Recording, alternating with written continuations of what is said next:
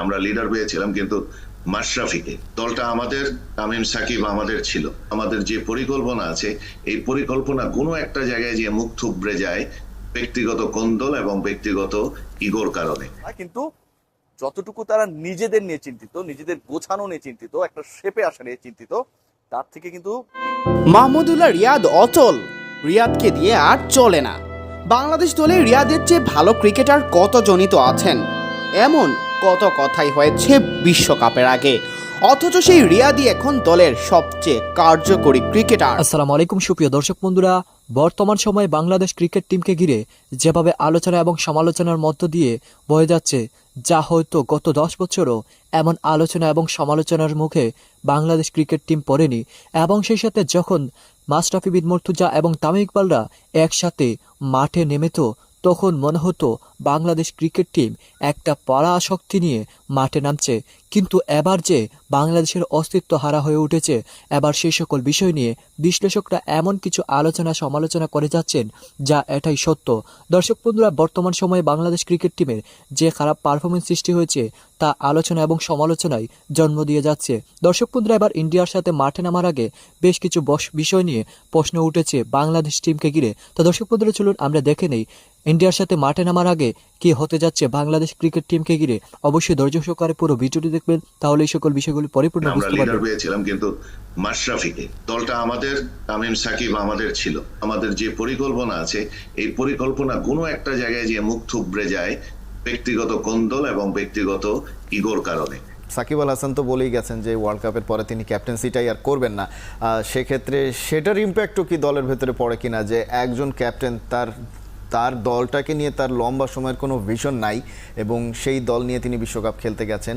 দলের ভেতরে ক্যাপ্টেনের প্রভাব, তার নিজের মেন্টালিটি এবং একই সাথে দলে তার অধীনে যারা খেলছে তাদের মেন্টালিটিটা তাহলে কীরকম হবে? ইমরোজ আহমেদ। খালেদ, আবার ওই পুরান কথায় চলে যেতে হয়। এই কারণেই বলা হচ্ছিল যে হাতুড়ার ইম্পর্টেন্স বেশি হবে না তামিম সাকিবের importance in the team will be greater. খেলা হবে, মজা হবে, আর খাবার জমবে রুচি সসে। দলটা আমাদের, তামিম সাকিব আমাদের ছিল এবং এই কারণেই আপনাকে আমি বললাম ক্রিকেট অপারেশনের অপরিপক্কতা স্পষ্ট। কারণ তারা যদি চিন্তা করতেন দলটা নিয়ে, হাতুড়াকে এত ফ্রিডম দিতেন না এবং তামিমকে তারা রিটেইন করতেন অ্যাজ এ ক্যাপ্টেন। আজকে এখনো আবার বলতে হচ্ছে এই সময়, এটা হয়তো বা সঠিক হচ্ছে কিনা আমার বোধগম্য নয়, বাট আলোচনার খাতিরে বলতেই হচ্ছে তামিম ওয়াজ দি টিম লিডার, যিনি একটা ভিশন নিয়ে আগাচ্ছিলেন এবং ওনার আন্ডারেই কিন্তু দলটা আসে কোয়ালিফিকেশন হয়েছিল আমাদের ওয়ার্ল্ড কাপে।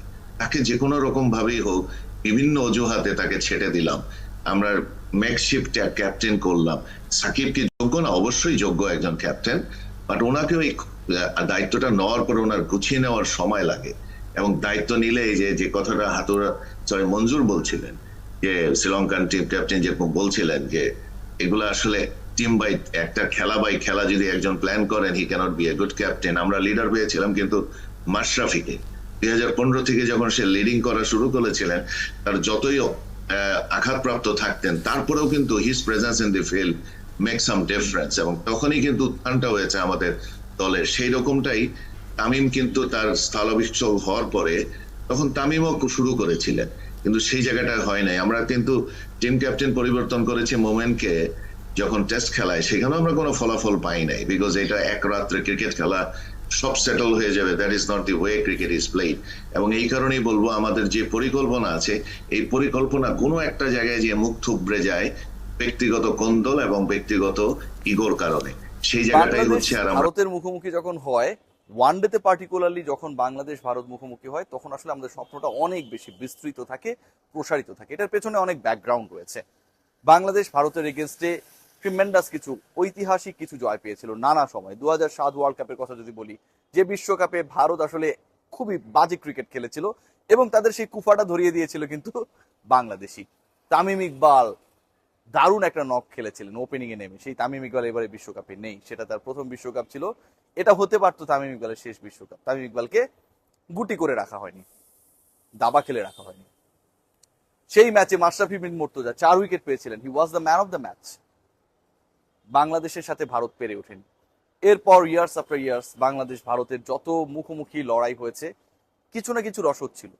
জাস্ট আমরা যদি ফিরে তাকাই, যে বাংলাদেশ যখন 2015-তে ভারতের বিপক্ষে মুখোমুখি হয়েছিল বিশ্বকাপেরই ম্যাচে, এবং সেই ম্যাচে বাংলাদেশ পরাজিত হবার কারণে সেমিফাইনালসে যাওয়া হয়নি। অনেক ধরনের প্রশ্ন ছিল কিন্তু সেই পার্টিকুলার ম্যাচ নিয়ে, কিছু ক্যাচ নিয়ে প্রশ্ন ছিল, নোবল কেন্দ্রিক প্রশ্ন ছিল, আউটসগুলো নিয়ে অনেক বেশি প্রশ্ন ছিল।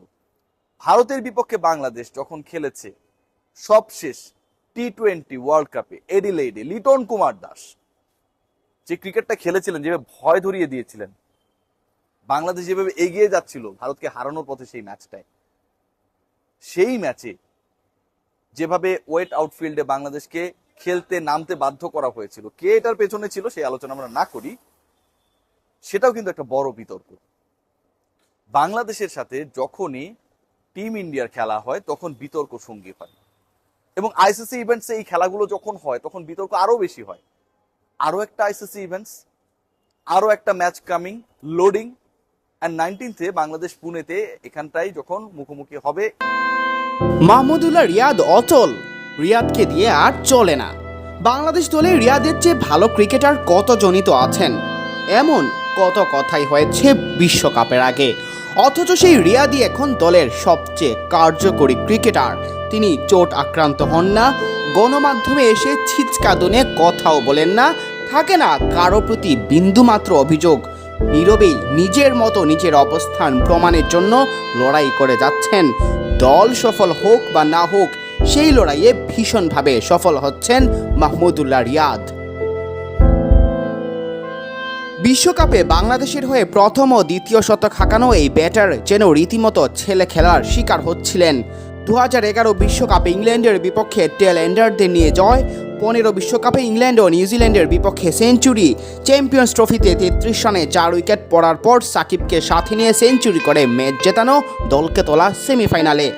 নিদাহাস ট্রফিতে শ্রীলঙ্কার বিপক্ষে শেষ ওভারের নাটকীয় জয়। মাহমুদুল্লাহ রিয়াদ মানেই যেন বিগ ম্যাচের বিগ পারফর্মার। অথচ সেই রিয়াদের বর্তমান ব্যাটিং অর্ডার দেখলে অবাক হয়ে যাবেন যে কেউ। বিশ্বকাপে নিজেদের তৃতীয় ম্যাচে নিউজিল্যান্ডের বিপক্ষে রিয়াদকে কিনা মাঠে নামানো হলো 8 নম্বরে। দলীয় 175 রানে মুশফিকুর রহিম সাজ করে ফিরতেই ক্রিজে আসেন সাইলেন্ট কিলার। 5 রান যোগ হতে না হতেই সপ্তম উইকেটের পতন। দলের রান তখন 200 পার হবে কিনা তা নিয়েই সংশয়, তবে রিয়াদ ঠিকই আগলে রাখলেন দল। তো দর্শক বন্ধুরা, আপনারা হয়তো এই পুরো ভিডিওটি দেখে এবং এই সকল কথাবার্তাগুলো শুনে অবশ্যই বুঝতে পেরেছেন বাংলাদেশ ক্রিকেট টিমকে ঘিরে যে গত কয়েকদিন ধরে আলোচনা এবং সমালোচনার জন্ম দিয়েছে তা এটাই সত্য বাংলাদেশ টিমের পারফরমেন্সের উপর, এবং বাংলাদেশ টিমের টিম ম্যানেজমেন্ট এবং আলোচনা এবং সমালোচনা হচ্ছে দর্শক বন্ধুরা। এবং সেই সাথে মাশরাফি বিন মুর্তজা এবং তামিম ইকবালরা এবং সাকিব আল হাসান যখন একসাথে মাঠে নামতেন তখন বাংলাদেশ টিম একটি বড় শক্তির দল হয়েছিল, কিন্তু বর্তমান সময়ে মাশরাফি বিন মুর্তজা নেই, তামিম ইকবাল নেই, শুধু আছেন সাকিব, মুশফিক, মাহমুদুল্লাহ। তাদের উপর ভরসা করে বাংলাদেশ ক্রিকেট টিম এগিয়ে যেতে চেয়েছিল, কিন্তু হঠাৎ করে এত আলোচনা এবং সমালোচনার কি যে হচ্ছে। দর্শক বন্ধুরা, আপনারা পুরো ভিডিওটি থেকে এবং এই সকল কথাবার্তাগুলো শুনে আপনাদের কাছে কি মনে হচ্ছে অবশ্যই কমেন্ট করে জানিয়ে দেবেন। তো দর্শক বন্ধুরা, ভালো থাকুন, সুস্থ থাকুন, আল্লাহ হাফিজ, আসসালামু আলাইকুম।